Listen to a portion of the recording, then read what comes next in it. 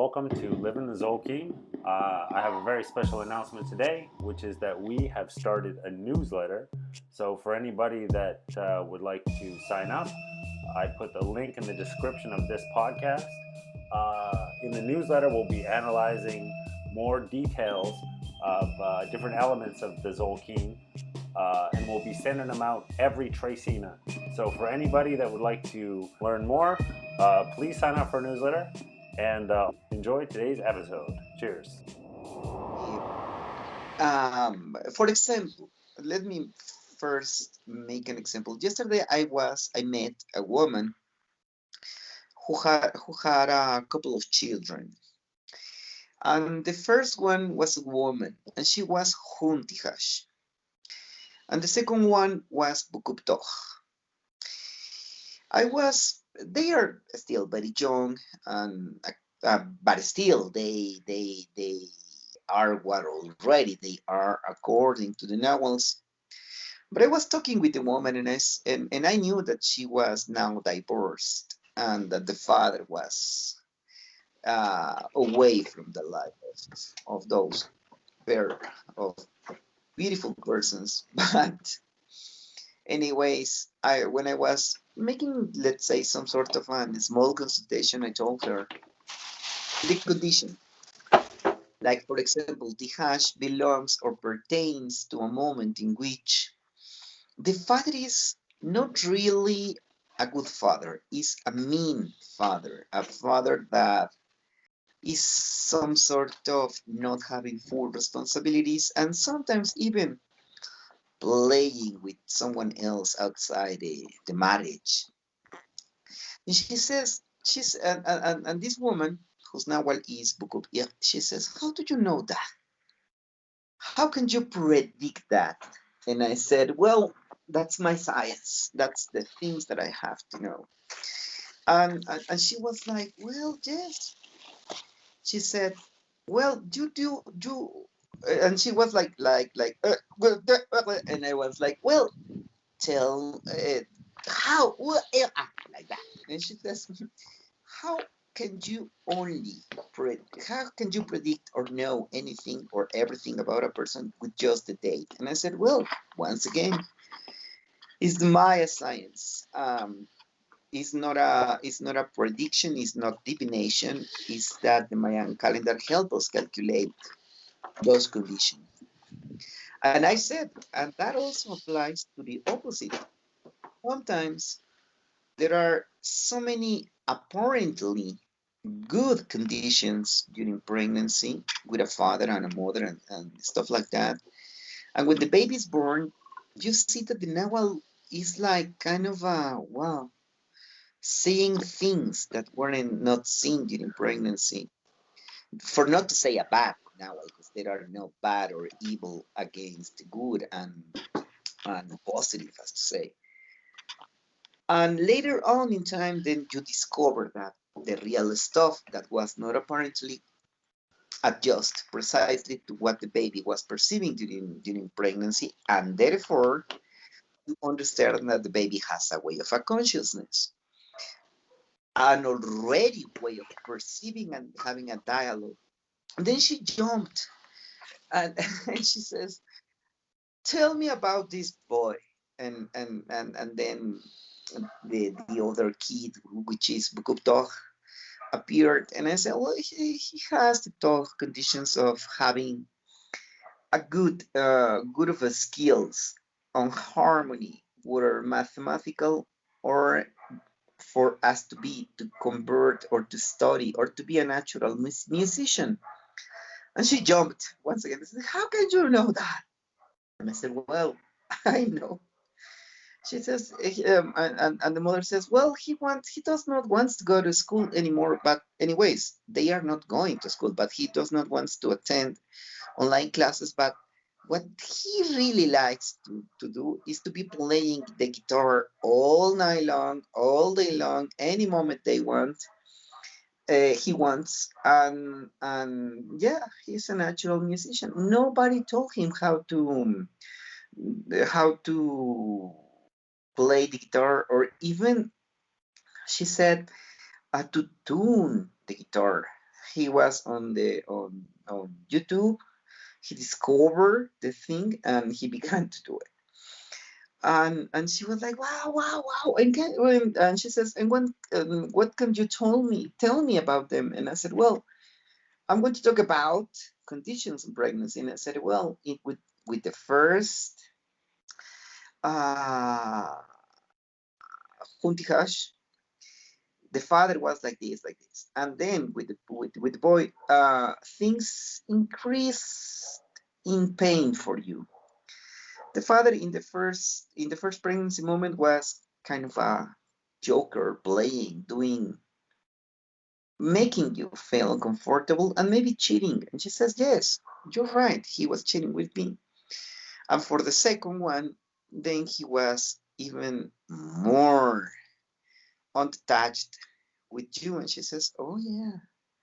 And I said, sometimes the mother of a baby that is going to be born really regrets the moment of being pregnant. And she says, oh my gosh, you don't know everything. Who told you? I said, I don't know. I saw you for the first time. There's nothing to be there's nothing to consider about me as gossiping or knowing. As a fact, and I will want to tell you, it's not something that I will say for to offend you, but in reality, is like I know I know what the conditions are, and that's enough. I have no more or further play in this unless you ask me. It's not that I don't care, but if you are asking, I know that already. And basing knowledge onto that or analyzing those conditions, then I can do more and more and elaborate or to understand the conditions and how do they play, how do they function in the world. And she was completely amazed, completely amazed. But then it began to rain and we changed the subject because I saw that she was kind of a little disturbed. She was like, how can this man know those stuff? Well, that's the Mayan science. And by the way, that's what I'm going to be writing during this year for my third book. The first one is the gestation of the universe, which is an epistemology of perception, the Maya waves of understanding consciousness and the consciousness in the baby, based only in our native knowledge. No, there's no mixture with anything. There's no new age and stuff. The second is about poetry, but the third one is going to abort this in a broad, in a longer, in a more extended way. And I'm going to write about now about every Nahual, the 20 nominal Nahuals and the 30 numeral Nahuals, to talk about this stuff, to make this knowledge a little bit accessible for people.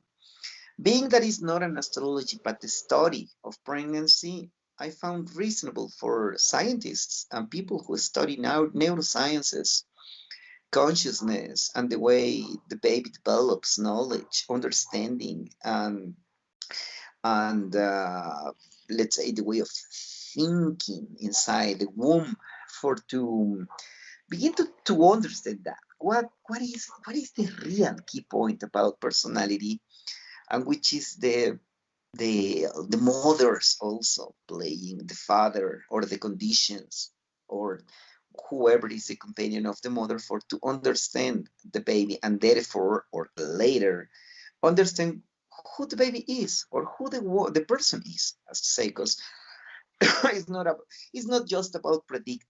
It's not just, as I said, trying to do a divination or a, I don't know, start uh, trying to go with a seer's vision to understand. No, this is in reality a very easy to understand knowledge and a play in between pregnancy consciousness and later the development of character and personality. So as you said, yeah, it is very interesting that although the conditions were not that well, the Nahual can reveal the conditions, but the result could be anyways could be very good, and the opposite, very good conditions could result sometimes in disturbing the baby, and making things more difficult. It's for the delivery moment and for the first moments of raising child. But the Mayan calendar gives us the clues, always give us the clues. Well, I think the idea of a spoiled baby, I think, resonates with everybody. If you say if the conditions are too good, then maybe it results in kind of a selfish or spoiled baby. That's more than reasonable, and I think everybody understands that very easily. Yeah, well, in the old times, back in the day, in the mountains, midwives, and well, in my case, I, assistant midwife, we need to prepare everything in the most perfect condition because we received the babies. And there were no hospitals, and the closest were a couple of hours, if not more. And we used to have a very precise, a very keen way of treating the mother and the baby for to receive them properly. But well, things have changed, and now let's say in this decade, as to say something, or in the last years, we have begin to see what is now what I don't know, modern times or technology or some new things that weren't in the mountains in those days, how this new stuff is affecting the ways of babies, the ways in which they are born and the way in which they result to be later, as to be difficult to control or difficult to teach, difficult they difficult to guide. Let's say we have begun to see what is something that I will consider the eruption over or in the consciousness of the baby. What is the result of doing stuff not taking into account the basic nature of dialogue and communication with the baby, because the baby communicates, and now there has been so many new eruptions. Some of those new stuff is considered to be positive, but at the end sometimes it is not.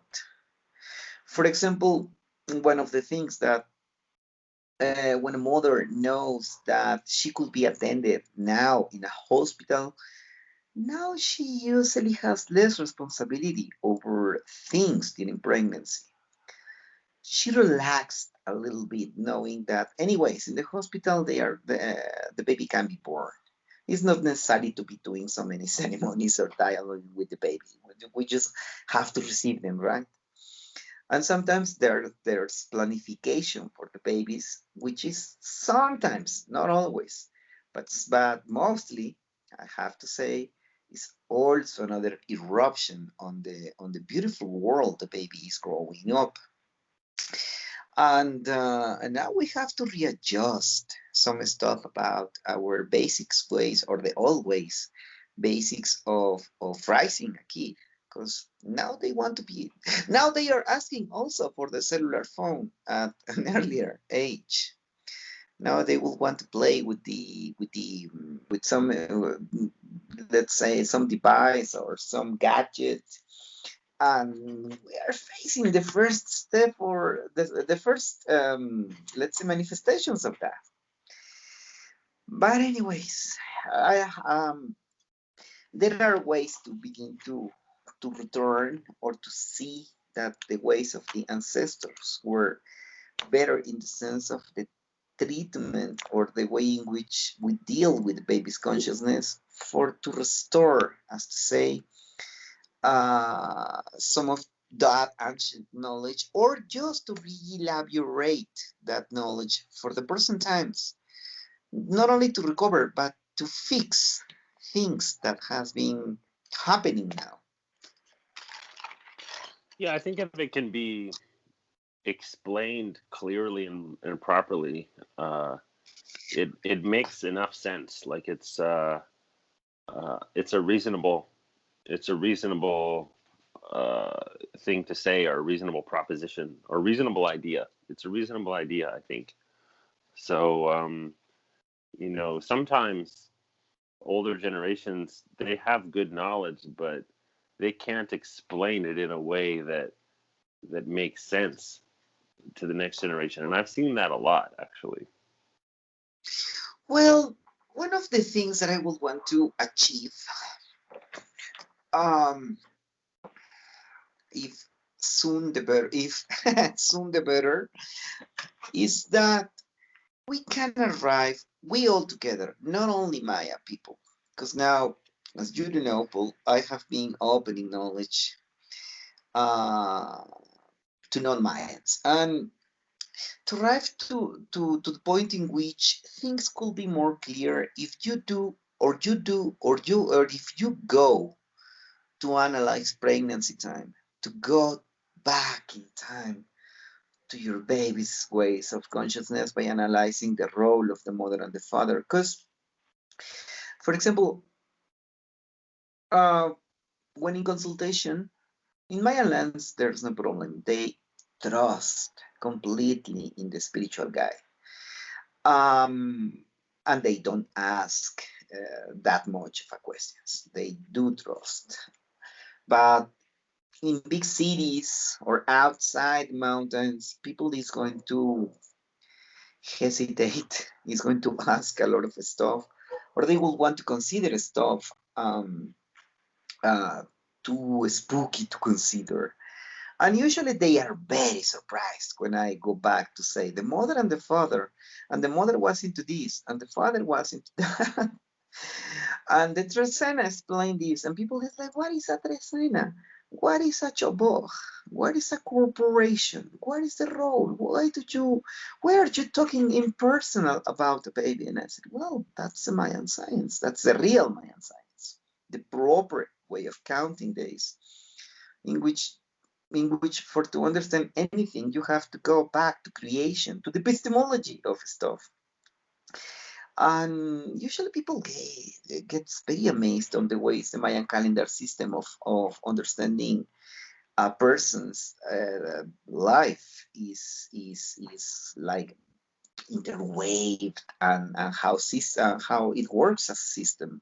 It's a fantastic knowledge that in reality explains, as I said in my first book, that explains not only the Mayans but everybody. And it is not an astrology; it's a gravitatology, the study of pregnancy. So it is very reasonable also to go back to creation time to understand things. Because, for example, there's a lot of unusual, for example, syndromes, or what can be has been told as syndromes, or mental illness or stuff like that. That whenever, for example, if you go to Google that, sometimes you don't find answers, and it says, well, nobody knows still why this happens, or well, it has no explanation what this happens, but yeah, they only go to statistics. Like it can begin with this, it is usually associated with this, it is usually this. It's not that quite firm or clear. For us, it's perfectly and completely clear if you go back to pregnancy, and then you will know which were things that were affecting the person even before education, and even before training or learning or the development of language is. And then some of conditions, for example, some conditions that has no explanation on its origins, for us are very clear, are completely and totally clear. But we go back to gestation times. We understand that, and then whenever some science in some points fails to explain how do this begins, and they said, well, nobody knows still, or nobody knows yet. Well, we do already know. The baby knows. The baby was under, for example, the baby was under stress already. The baby was having in her his own episodes of anxiousness related with, for example, the mother being beaten, or the mother not having a lovely approach, or stuff like that, or the father being mean with the mother, or the companion of the woman, whatever. And maybe we can arrive to a better comprehension of this stuff if modern science could listen to what we have to say. I think uh, it'll. I think it'll come around as slowly. This knowledge is doubling. You know, it started out with just the two of us having a conversation, you know, on the internet, and then the two turned into four, and it turned into eight, and turned into 16. You know, and now we have a couple of hundred. So I can see it slowly growing, and it appeals to people because it's more than reasonable. Yeah, yeah, maybe we can blend, or for the Mayan science to join modern sciences for to understand what happens inside, what happens there, what is, let's say, both crushed and what goes well. For the person to have an idea, because what what we do see continuously, and in this case, I'm talking about the spiritual guides or the trained ones for to understand pregnancy times, mostly women, by the way, or completely a world of feminine-based knowledge, is that people tend to consider what is a fail when they are adults, even when they are kids, but mostly when they are adults, to consider things to be a failed situation. Like, you do have a condition, you failed. Or and the next step is that mm, uh, most of the people is like, it's my fault, it's your fault, it was my mother's fault, it was the condition's fault, it was the family fault. And usually it's not even a fault, it's not even something to be guilty about it, because the baby anyways is vulnerable to the pregnancy. The baby cannot manage to have a control over all the situations. And I think that's more than obviously. So to go back, to go beyond guiltiness or hesitation, or talking about who's the guilty party in this stuff, well, nobody is. You just have to resolve, to analyze, to go back and to understand, but mostly during pregnancy times. But due to the fact that most of modern science just take into account our conduct or our personality based on the early years, or beginning with the development of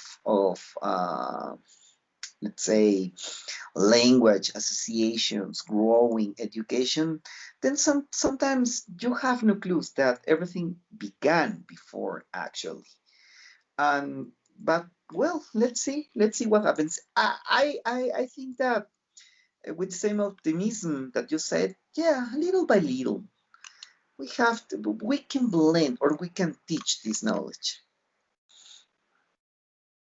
Well, I mean, I just say that in confidence because uh, how can I say, we have a good thing and it works really well, and so how can we lose? You know, or you, how can, I don't want to sound like arrogant, but it's like what nature is on our side. You know, because what we're not trying to impose our ideas onto nature, but we're trying to. Eh, how can I say? We're trying to extract the information which is already there. You know, these things the reason why they appeal to people, or it's useful, or it applies as a tool, is because it's how it works. It is a very fascinating description of all of these systems. And if you know, the reason why I'm so captivated by this knowledge is that the more I study it, how can I say, the more it explains to me, you know, or the more I see it working, like it gets richer and richer. Hmm. Yeah. Who knows what beautiful things are still to be discovered? And I'm talking about Oh my with a gosh. foundation on the Mayan calendar. Because, for example, I have been teaching classes private, not open, but to sensitive people to understand. And although my plan was to try to do the most of the conceptualization during a year, it was too optimistic. Now I see that it is needed a lot, because in every class there's a new discovery. In every class there's a new stuff that opens another Pandora's box. In every class I show another relationship or another way of reading or another way to understand nature or the universe or human consciousness, human relationships, interactions. In every class there's a full world. There's always a Pandora box open for dozens, if not hundreds, of new realizations of stuff. And I have seen some of my students very amazed about how everything is over there, just numbers and names and names. And it's not like, let's say, like numerology or stuff like that. It's not something to play like 2 plus 2 and number 4 is represented by that. No, it's an actual condition. It's not about making tricks, or it's not Well, about I associations. feel like the numbers could be anything. It doesn't necessarily have to be a number. It's just the classification. We could call it red or a color, or it doesn't matter what it's called. You know, it matters what it does. Yeah, the number as such, but due to the fact that Mayan numbers are a way of classification of a substance or a way of a consciousness, then beyond the number, you get a condition. You can call it whatever you want. It maybe, for example, instead of using 1 to 13, you can say, well, red, black, or the name does not matter. Yeah, you're right. It serves for calculation purposes because it's a calendar. But anyways, every number explains a condition of a way of acting, for example. The approach between the feminine and the masculine, or if uh, the mother is not, let's say, does not get pregnant by sexual act, by insemination, well, anyways, it's going to explain the approach. Then you begin to do correlations, then you begin to understand, and everything is like, whoa, yeah, that's true. As in the beginning of this podcast, in which I was, the woman was like, what? How did you know the man was mean with me? He was very mean with me. And I was like, well, yes, maybe he cheated. And he says, yes, he cheated with you. And then during pregnancy, she said. And I said, well, I know that's like, I don't know, like That's why quoting I the think, Matrix.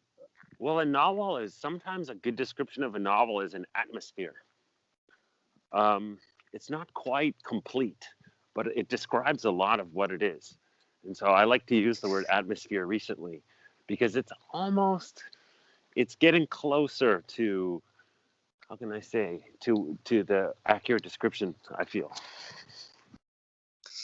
Yeah, well, as a fact, beyond the idea or of only understanding a novel, let's say the concept, if you would want to call it like that, or if you would want to I talk think it's a about concept, something, yeah. Yeah.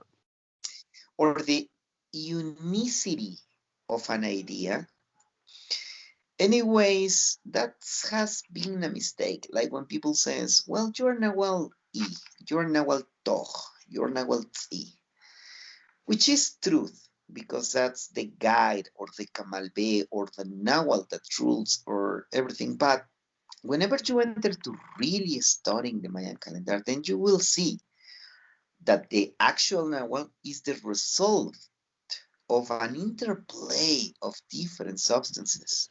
Absolutely Uh, fascinating. yeah, absolutely fascinating It's how, endlessly fascinating. You can look at it all day and just be amazed. yeah. For example, today in the morning, one of my students was making an analysis of stuff, and he was so brilliant in the way in which he was exposing how there's an ongoing, never ending tension between some other associated nawals to understand what a nawal is. But the nawal is not isolated. It's not just like an spirit or a ghost. It's part of No, his system, yeah. part of a system, and a part of a system, but also um, response or the nawal manifestations is due to a level of systematic tension, interplay, interweaving consciousness, and finally, then you can see the Nahual. It's in It's some not ways it's just a a, result of something.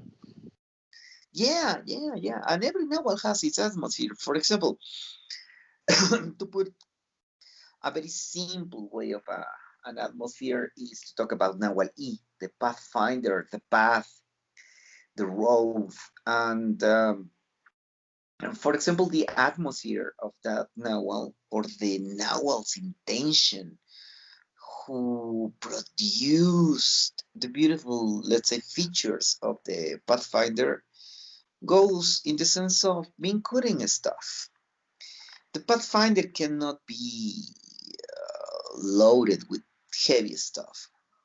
And some of that atmosphere explains why the Pathfinder Nahual or the person that is born in that Nahual has always a certain degree of isolation, a certain degree of not being completely, let's say, attached to stuff. Because another Nahual who belongs to the atmosphere and to the interplay of tension, Nahual Tihash is always cutting, is always taking something from the Pathfinder. It's And then you amazing can to go, see the relationship between these two novels. It's really, really, really fascinating to analyze. yeah, these two Nahuals are too fascinating. But anyways, every Nahual has a way to explain stuff. Every Nahual, according to these associated, let's say, systems or Nahuals into a systematic way of interplay, are understood now. Now my students already know that you cannot only isolate and make explanations based on an Well, Nahual. You have to go deep to delve enough to you got to understand take a so many systems approach players. for sure. It reminds me of the blind man who's describing the elephant. You know, they take many blind men and each one is touching Oh yeah. a different part. The one is touching the leg. He said, "Ah, it's a tree," and the other person is touching the tail, and he says, "Ah, it's a rope," and the other person is touching the tusk. You know, and he said, "Ah, it's I don't know." You know, and they're all touching something different, and they couldn't imagine that the whole thing together it's an elephant. They're just focused on that one part, and so they miss the complete result, or the complete elephant, the elephant in the room in Yeah, this case. yeah, and this reminds me, this reminds me that I have to teach a lot yet. There's a lot of stuff interconnected, and there's a lot of stuff that explains. And by the way, there's another realization. Now, well, I'm gossiping about my students, but there's another realization about that is something revealing, enlightening about Mayan calendar, and is that there are so many things that we don't. There are a lot of things that we don't know. That it was always a mystery to us. That it was also fascinating for the mind, but not resolved for the mind. And suddenly, I have seen how doing some analysis, people says, "Whoa, that's true." Wow, yeah. But sometimes they go beyond what is the average knowledge. Like, why do I choose red instead of green, for example? Why do I choose this instead of this other stuff? And or why do I have to go continuously into this and that? Why all my couples are like that or stuff like that? And well, it's over there. It has been always over there. One of the most beautiful things that I have been experiencing and also, well, witnessing is that whenever you go onto some steps of the Mayan calendar, then the people begins to relax with the self. They forgive. They began to not to feel guilty, and people began to say, "Well, yeah, that's true. That's the way I am. Why shall I be bothering me or fighting against me if it's my nature and the way of in which I was created?" And I have seen that as my nephew, for example, that not precisely as a matter of acceptance, but as a matter of understanding. It is very beautiful when a little kid begins to know that since the babies is the first steps growing since childhood, and they grow up very happily. Like, for example, my another nephew that I have, uh, she's always well, she's always like, okay, my nahual is the nahual of the flowers, and she's very happy about that, and she always chooses clothes with flowers on that. And she's so happy being wherever she is, That's and pretty she's nice, nahual. especially for a little girl. That's funny. Yeah, she's hunakpu, so nahual hunakpu is associated with flowers in the sense that Hunakpu rises from the earth, fights a battle in darkness to rise up, and later on blooming, and later on the flower produces this smell, attracts. The flower has to be beautiful. So with these simple words, my nephew was like, "Oh yeah, I'm a flower. Have to be beautiful all the time." And she dresses with flowers and stuff. And I saw her so happy accepting that. Hunak Poo is such a And fascinating novel. What a funny one. yeah, well, Hunakpu is one of the most amazing in the sense of the way of an explanation, because the Popol Vuh could be entirely a Hunakpu play. Because Hunakpu is based on the Not conceptual state. surprised. Is the observation of how something that enters into the humid and dark underworld has to fight a battle to return and to rise again to provide light.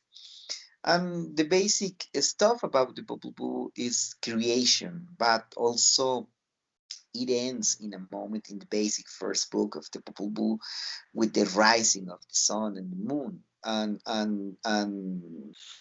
the twins and everything they plays and everything they do is the battle they are doing. But it's the same what those the sun in every sunset. The sun enters to battle the underworld to return to light. But it is also what the flower does, or what a seed does, to be taken and put into the earth and to the humid, dark earth in which it germinates, then fights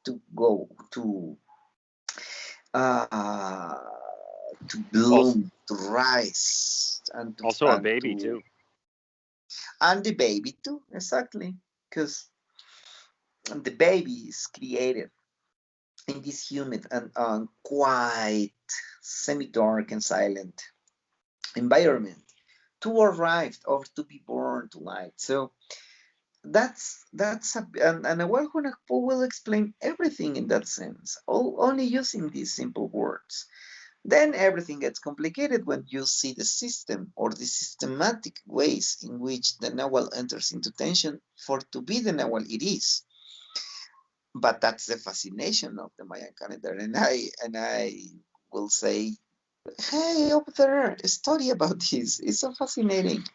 It gives and provides a lot of light about the life as such, and everybody around you now it is explained. Now everybody everybody's understood in a very, let's say, enlightened way. I think that's a good description, because let's say you have a family member or a partner or something who's very difficult.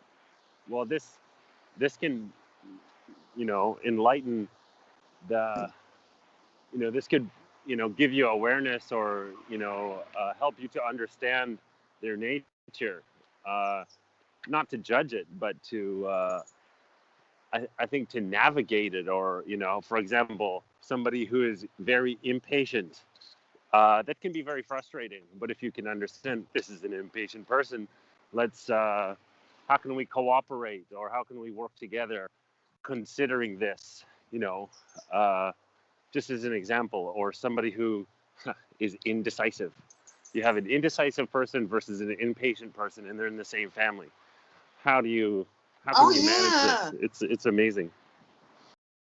yeah. As well, once again, as in the way in which I started this podcast, this conversation, because the mother was very interested in to recognize or to understand why these kids were so different. Why one is just a natural musician and why the woman is so reluctant to everything. Why she's so difficult. She's the hash.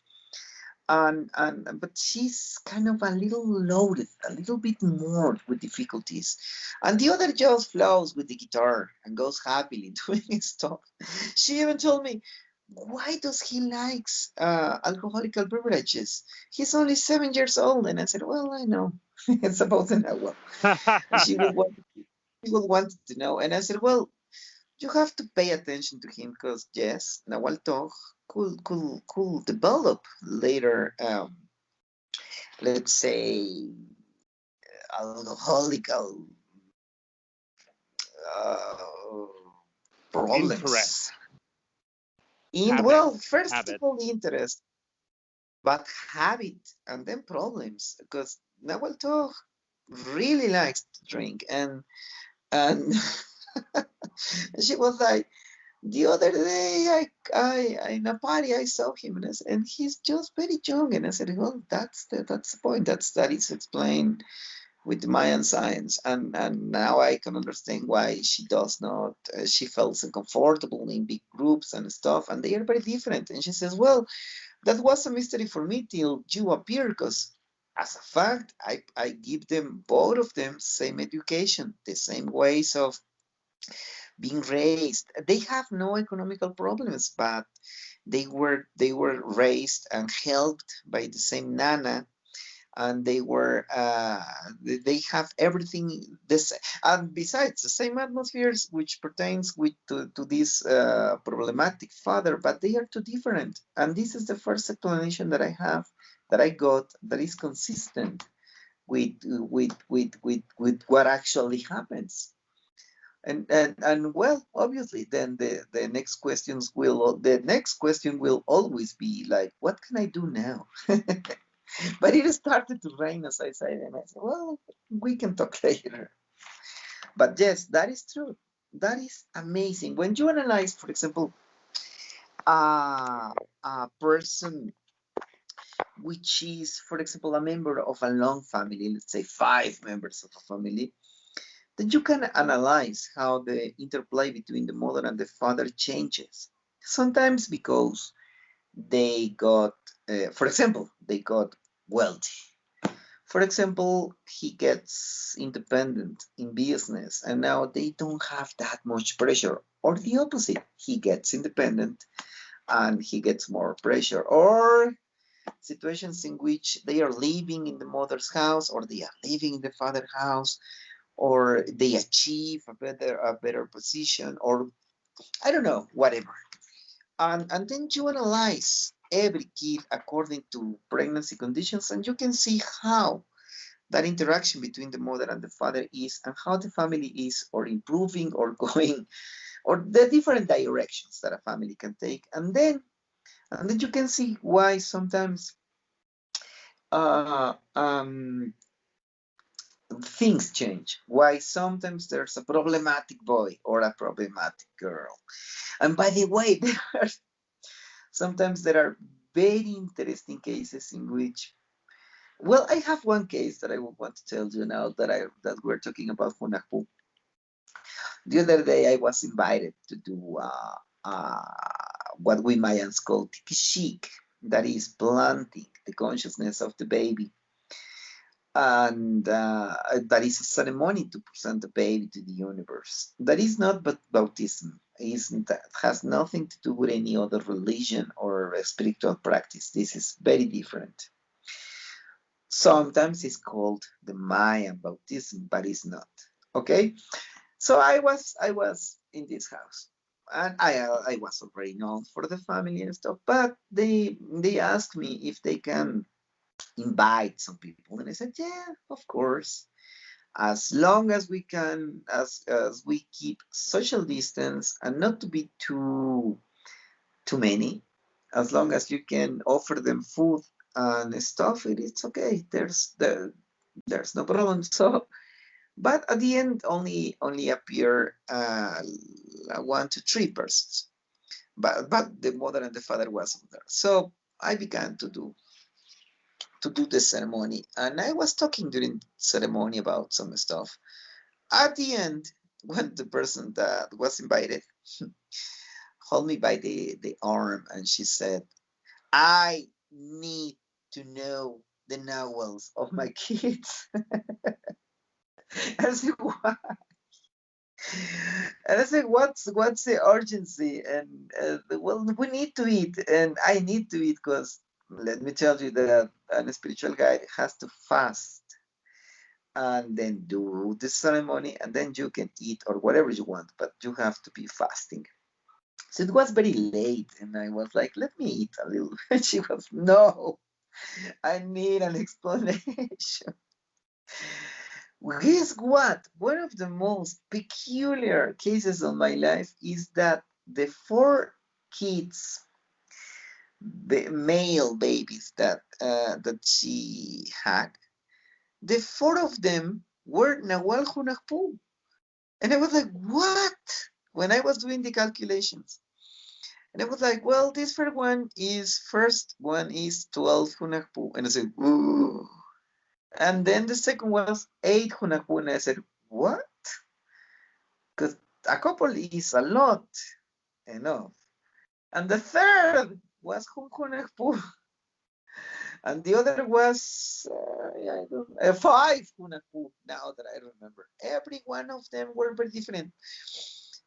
But what is peculiar is that this is the first time that I saw that condition, and I have been doing this stuff during 30 years. So seeing a mother of a 4 different Hunahpu kids, it's so amazing, and also it serves, in the good sense, to analyze what Hunahpu is, because the differences in between them explain the same exactly way of a condition of pregnancy, because the mother is in the domain of pregnancy, but the numbers will explain all the differences between them. Because she said something like, yes, as you said, as any other Hunahpu mother, I really wanted my baby, and there was a lot of drama in between them. Before they were born, she was always having some sort of an issue, and somehow uh, she had miscarriages and stuff. That it is one of the reasons to understand Nawal Hunahpu, a previous miscarriage. But everything just functioned as to explain Hunahpu and the differences between numbers, because they cannot stand together. For example, she was like, "Tell me, tell me, tell me," and I was like, "Oh my god." Next time you are not going to be invited, I said, and everybody laughed because she was so fascinated with this. And now we're going to have an appointment because I need to study that case. How can that happen? Four Hunakpus in a row, taking into account that can be miscarriages and abortion before or illness in a mother before a Hunakpu is born is so peculiar, so interesting. But Well, I can see well, that the Hunakpu, the pregnancy is the same, and I can see that they have the same mother, but all of the other conditions that that lined up perfectly to create the same atmosphere is maybe very rare. I've never seen anything like that. mm-hmm. Yeah, well, there are so many things. For example, the genius. When a person, for example, Nahuatl has mathematical harmony or music, which is the same music, harmony as a gift. If they develop, they can do amazing stuff. Uh, but for example, in my case, I have been studying so many different conditions, or let's say, sometimes I go onto indexes like astronauts, like sailor people, sailors, whatever, right? But it has always been my fascination that geniuses, people who have genius in a sense, for example, mathematical geniuses, astrophysical geniuses, or even business geniuses, there's whenever a person has this genius, or whenever this person has this extra stuff, extra whatever you can call it, perception, sensitivity, but mostly when it is associated with science, mostly when it is the exact sciences, there's no there's a fascinating way in which the Nahuals does not lead you to understand what a genius is. Then you have to understand also the other part of what being a human is, and that is your body, your genes, maybe. Although in Mayans, we don't go on to explain that based on ADN, but that is a world, a fascinating world in which you can find that the spark of the genius then has to be explained beyond the Nawals. And that is a fascinating area of stuff. Because, for example, if you, well, I'm going to say something. If you analyze Einstein's Nawal, then you can see that he behaved as a Hunahpu. It's a very peculiar stuff. For example, when the other science says that there was an Albert and there was an Einstein, and that he respected the Einstein, but he would not go to introduce his sister to Albert, because Einstein really lived a life of a Hunahpu, but Hunahpu on her own is a feminine novel, does not explain the genius, does not explain the spark. If you go begin to see some other Hunahpus, then you will find that they live the life of a Hunahpu with all the features of being Hunahpu, but that they had some sort of success, as to say, let's say that. Or at least they were not anonymous in life, or at least they were public, or they serve a public life. but they miss the spark, the light of the genius. In that sense, you have to go beyond a little bit of the Nahuatl calendar and to begin to see some other stuff that now is the actual way in which Mayan science is advancing, is taking into account some other stuff. In the opposite side, let's say about, and I'm not talking about productivity, but about, let's say, we can explain very easily also the way in which a serial killer behaves based on pregnancy, based on the way in which they got gestation times, inception and conception times, the role of the mother and the father, or whatever, and the mother and or the companion of the mother. I don't want to be rude with words.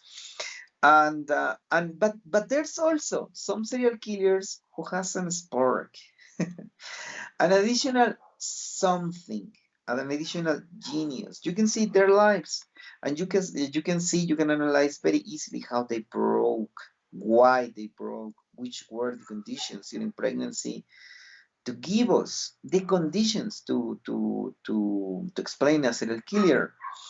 But whenever someone has this additional spark, then you have to go beyond the Mayan calendar and begin to analyze some other stuff. Or based on the Mayan calendar, you have to go a little bit to delve into more. And that is a fascinating area Well, to, I to think a good analogy for a genius is like a lightning which starts the forest fire. And so, there's lightning in the sky often, but the conditions, like the dry forest, is like society. Society's ready to get the fire. It's prepared, and so it's a like a matter of timing. It's the right lightning on the right part of the mountain which ignites the fire, and the bigger the fire, the bigger the genius. But it has to be like kind of the right key for the right lock. Like timing is important, because you take for example Albert Einstein, and you put him 100 years earlier. Well, he might just work in a simple shop, and that's it. Nothing more, just because it's not that he wasn't brilliant, it's just it wasn't the right time for his ideas or something. yeah, maybe that's another thing to go. That's why we sometimes you have to go beyond the Mayan calendar. Because, for example, if I will kill for to know, for example, Genghis Khan. Now, well, just imagine what that can offer us for a man who That's did a amazing. Good foundation good of idea. a Yep. big empire. For example, Alexander the Great. Oh my gosh, what that could mean? That just to How about see where the, Cortez? Who is Cortez? oh, no, no, That's no, a good no. There are question. so many. Yeah, there are so many people that who's now, well, maybe it's not going to be known. Or, for example, the founder of the Chinese nation, Qi, for example, the first emperor. There are so many people whose novel could be so fascinating to understand. And yeah, the precise moment in which this spark begin to light. Because I know so many 8 people who are not Einsteins at all, but they are 8 as such. But anyways, there's an addition. There's something else to be discovered over there based on the Mayan calendar to understand which is that spark, which is that light that makes a person a genius. And I'm fascinated with that, and that's one of the areas that now I'm exploring in different ways. But well, let's see to everything that we can arrive applying the Mayan calendar. For example, now that I'm thinking different things during conversations, but now I'm thinking about something that hasn't been told about the Mayan calendar. So I'm jumping to another concept. Uh, for example, we we have a concept that is called the Hachbal Nahual. Hachbal is harvesting as such. It's the way in which you go to your cornfields and you harvest. There's a hachpal or harvest nawal, which is going to explain your life. And and I remember the first time that I heard about this, I thought it was the actual thing, like hachpal, like something that harvests me, like everybody has to die or something. But then my teacher, in this case, that take my good poet teacher, he was like, no, the novel in which you die is also going to explain, due to its analysis, is going to explain your life. So, for example, if you are born, once again, we have been playing with only three nawals this day, like E, Tihash, or Hunapu. If you are born, like, for example, you're born Tihash and you die in E, it has an explanation. But if you are born in Tihash and you die Hunahpu, that's another explanation. The understanding of your Nahual as a system is going to be contrasted. It is going to be taken as a measurement unit to understand for the day in which you die, to understand your life. What that means, it does not mean like being successful or not, or being wealthy or not, or transcendental stuff or not. The novel is only going to explain which was your most, let's say, continuous fight in the good sense, not fights against, Or maybe you or could also apply the word atmosphere. not really, not in this case, because Not in this there's a case. Nahual, not in this case, because, for example, there's an atmosphere for the Nahual, and there's a way to study atmospheres, and as a way, um, the Maya birth or the conceptualization goes onto a person that is having a bath in the sweat lodge. That is the atmosphere, and there's a full way of studying Mayan atmospheres. But the Hachpal Nahual does not goes onto that, goes more onto the struggle of the person. A struggle, once again, to talk about uh, what you did, what was your continuous struggle, what you look for. Sometimes it's not such a happy stuff. Obviously, not everybody live or knows or even develop a good way to live.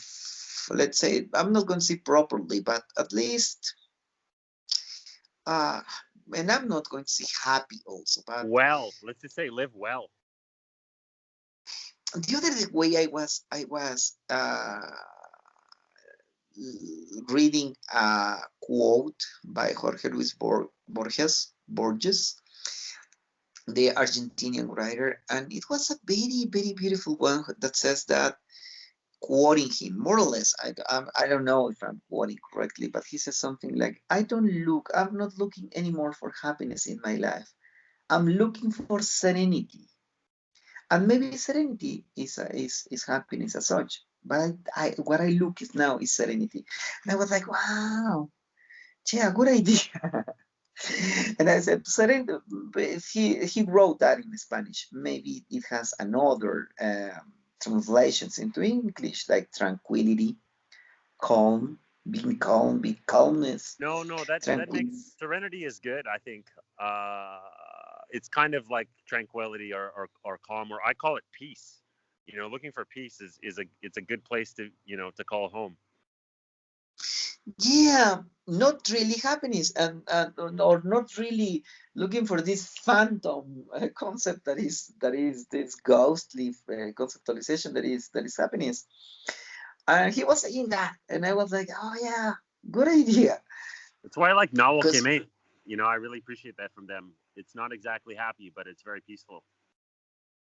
oh yeah, for example, and when Nawal is not crashed in the first years, and Nawal grows with love. Nawal is amazingly a good companion for calmness and serenity, for example.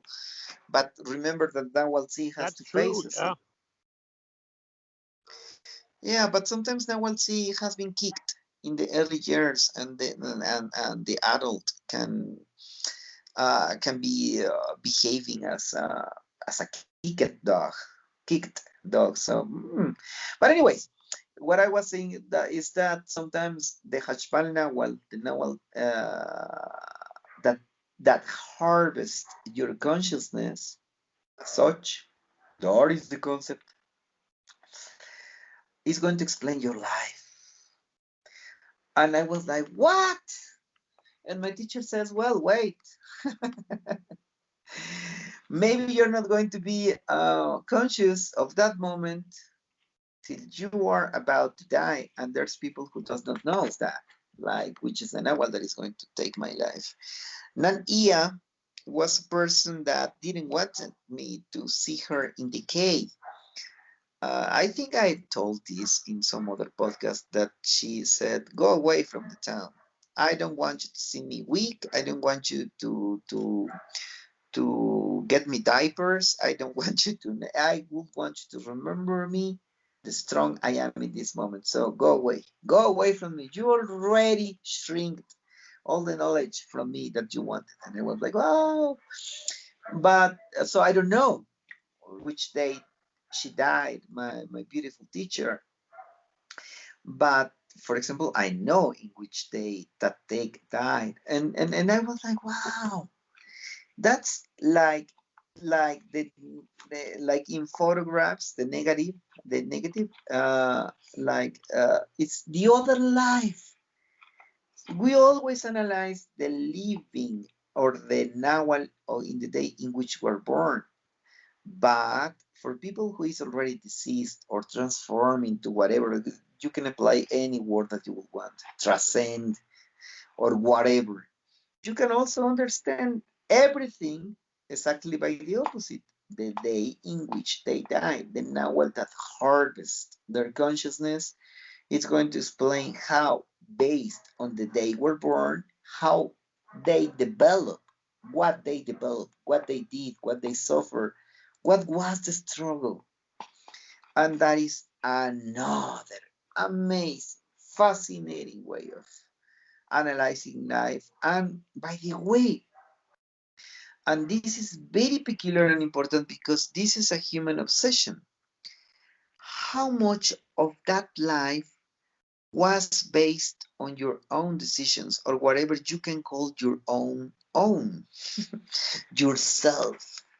What can be your what is the identity behind some decisions? Because I'm going to make once again the example.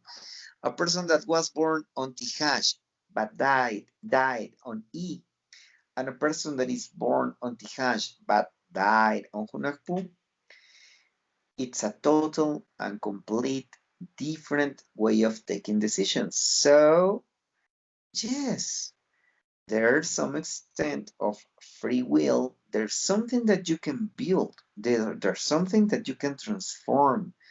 You are not merely the puppet of the energies or the forces of the universe. You can do also make better decisions based on whatever unicity in personality is, because we are the interplay of so many elements. Well, I think But about when it analyze, like, go ahead. yeah, when you analyze a Hashpanakmak, the one that harvests, then you can see the unicity of a person. The unicity that is not really an unicity as such. We are composed of so many elements, including bodily elements. Not only Nahual elements, but the flesh also. And it is amazing to see that, yes, obviously, there was some sort of unicity there that you can distinguish by analyzing same people with the same Nahuals with different death. And that's amazing also. That's amazing too. Well, I think about it sometimes like a piano. So it has the same keys, but you know, you look at the different composers and what they did with the same keys, it's totally different.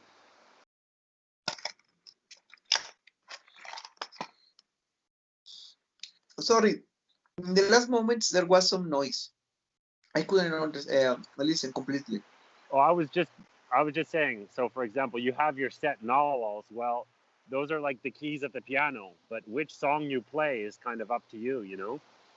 Oh yeah, beautiful metaphor. Yeah, yeah, of course. That's why